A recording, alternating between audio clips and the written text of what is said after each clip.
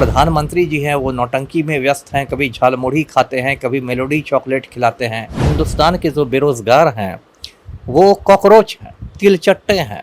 यदि हिंदुस्तान के सारे कॉकरोच इकट्ठे हो जाएं तब क्या होगा। ये 1997 से 2012 के बीच जो बच्चे पैदा हुए हैं उनको जेन ज़ी कहा जाता है। ये जो युवा वर्ग है ये सिस्टम से पूरी तरह हताश है, निराश है, एकदम फ्रस्ट्रेशन में है। दूसरी बात कि ज़्यादा लोग पाकिस्तान से जुड़े हुए हैं, ये तो खैर बिल्कुल सफ़ेद झूठ फैलाया जा रहा है कि प्रधानमंत्री की उम्र 75 से ज़्यादा है, उनकी दाढ़ी सफ़ेद हो गई है, लेकिन वो फेविकोल लगा के कुर्सी से चिपके हुए हैं। नमस्कार, आप देख रहे हैं पब्लिक न्यूज़ 24 और मैं हूं आपके साथ श्वेता मिश्रा। जिस तरीके से कॉकरोच जनता पार्टी ने सोशल मीडिया पर तहलका मचा दिया है, देखते ही देखते बीजेपी से भी ज़्यादा इंस्टाग्राम पे फॉलोअर्स हो गया और देखा भी गया कि ट्विटर एक्स पर जब फॉलोअर्स हुआ तो वहाँ पर उसको बैन कर दिया गया। कहा जा रहा है कि बीजेपी वाले कॉकरोच से डर चुके हैं, बीजेपी जो है वो कॉकरोच से एकदम डर चुकी है। बाकी इसी मुद्दे को लेकर इस वक्त हमारे साथ बातचीत करने के लिए पूर्व IPS अमिताभ दास सर मौजूद है। इनसे ही बातचीत करते हैं और जानते हैं कि कॉकरोच जनता पार्टी को ये कैसे देख रहे हैं। सर, देखा जा रहा है कि 3-4 दिन में एकदम कॉकरोच जनता पार्टी ने तहलका मचा दिया है। इंस्टाग्राम पे 20 मिलियन फॉलोअर्स हो चुके हैं। सही कहा आपने। देखिए, भारत में समझिए कॉकरोच क्रांति शुरू हो गई है और मैं तो कॉकरोच जनता पार्टी के गठन का स्वागत करता हूं। देखिए, इसकी शुरुआत ऐसे हुई कि 15 मई को जो भारत के मुख्य न्यायाधीश हैं, chief justice Suryakant, supreme court के मुख्य न्यायाधीश, उन्होंने एक बड़ी अटपटी बात कही।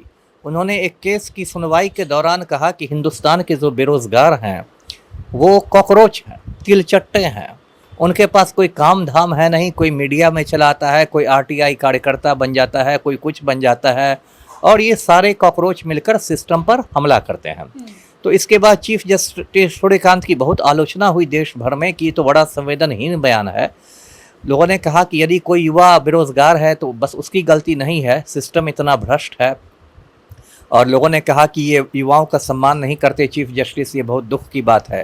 फिर चीफ जस्टिस सूर्यकांत की सफाई आई। उन्होंने कहा कि देखिए, मेरे बयान को तोड़ मरोड़ के पेश किया गया। जब मैंने कॉकरोच कहा था तो मेरा मतलब था ऐसे लोगों से जो नकली डिग्री लेके घूम रहे हैं। तो उन्होंने कुछ सफाई दी, ऐसे सफाई किसी ने मानी नहीं। उसके अगले ही रोज़ क्या हुआ, 16 मई को, कि एक भारतीय छात्र है, अमेरिका में पढ़ाई करता है, बोस्टन यूनिवर्सिटी में। उसका नाम है अभिजीत, है ना, अभिजीत नाम जो है। और उसने क्या किया कि एक ऑनलाइन लॉन्च कर दिया एक पार्टी, कॉकरोच जनता पार्टी। और उसने कहा कि यदि हिंदुस्तान के सारे कॉकरोच इकट्ठे हो जाएं तब क्या होगा। और उसने मतलब 5 सूत्री अपनी मांगे भी रख दी। वो मांगे भी काफ़ी जायज़ थी, सही थी। और उसके बाद इस पार्टी की इतनी तेज़ी से लोकप्रियता बढ़ी कि 3-4 दिन में ही इंस्टाग्राम पर इस पार्टी के 9 मिलियन से भी ज़्यादा फॉलोअर्स हो गए, जबकि भाजपा के फॉलोअर्स इंस्टाग्राम पर 8.5 मिलियन ही हैं। तो 3-4 रोज़ पुरानी पार्टी ने बीजेपी को पीछे छोड़ दिया। और उसके बाद इस तेज़ी से इसकी लोकप्रियता बढ़ने लगी कि सरकार घबरा गई।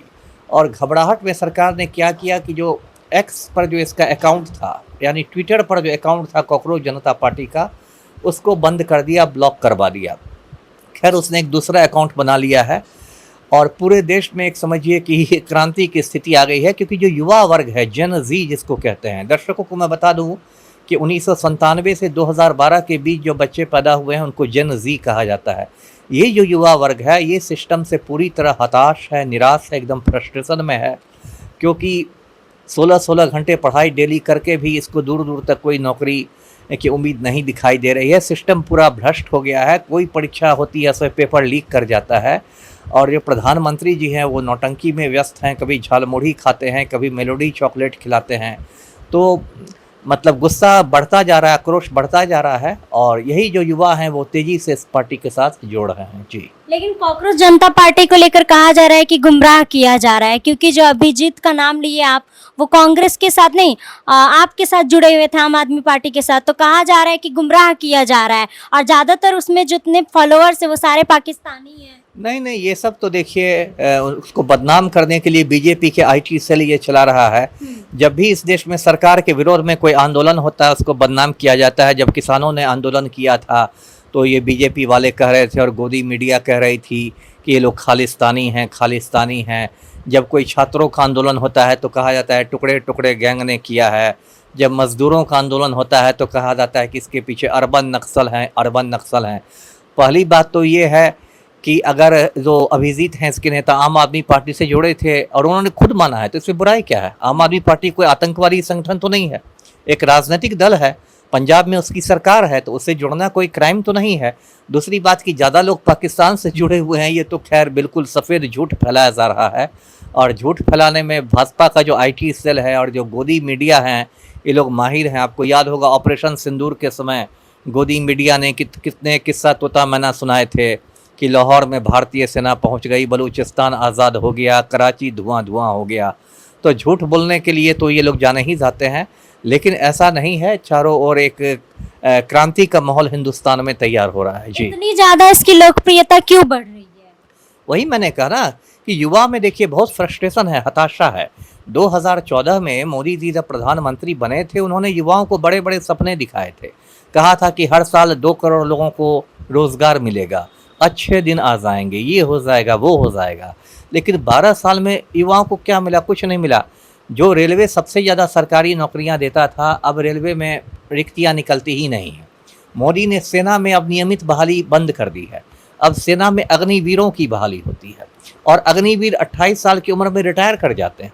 अब ये कितना बड़ा मजाक हो रहा है हिंदुस्तान में कि प्रधानमंत्री की उम्र 75 से ज़्यादा है, उनकी दाढ़ी सफ़ेद हो गई है, लेकिन वो फेविकोल लगा के कुर्सी से चिपके हुए हैं, वो रिटायर नहीं कर रहे हैं। और 28 साल के नौजवान अग्निवीर को कहा जाता है कि अब आप रिटायर कीजिए, 28 बरस हो गई आपकी उम्र। तो यूथ में यही फ्रस्ट्रेशन है। कोई परीक्षा होती है, पेपर लीक होता है। नीट को देखिए, इतनी बड़ी परीक्षा है, नीट के जरिए ही बच्चे मेडिकल कॉलेजों में जाते हैं, अभी उसका पेपर लीक हो गया। 22 लाख बच्चों का भविष्य जो है वो अधर में लटक गया है। सर, कांग्रेस जनता पार्टी का आगे का भविष्य क्या रहेगा? क्या किसी पार्टी के साथ जुड़ जाएगी? पार्टी के साथ तो मुझे लगता है नहीं जुड़ेगी, और आगे का भविष्य, चुनावी भविष्य के बारे में तो मैं नहीं जानता, लेकिन ये मोदी सरकार के लिए एक बड़े खतरे की घंटी है। प्रधानमंत्री मोदी को सोचना चाहिए कि इतना बड़ा देश नौटंकी से नहीं चलता। कभी वो सड़क पर जाके झाल मुड़ी खाने लगते हैं, कभी इटली की महिला प्रधानमंत्री को चॉकलेट खिलाने लगते हैं, मेलोडी चॉकलेट खिलाने लगते हैं। तो ये सब नौटंकी से इतना बड़ा देश, 140 करोड़ का देश नहीं चलता है। उनको गंभीरता से काम करने पड़ेंगे, क्योंकि लोगों का गुस्सा बढ़ता जा रहा है। और पिछले कुछ सालों में भारत के पड़ोसी देशों में इस तरह की क्रांतियाँ हुई हैं, तो भारत में इस तरह की क्रांति होने की बहुत ज़्यादा संभावना हो गई है। जी।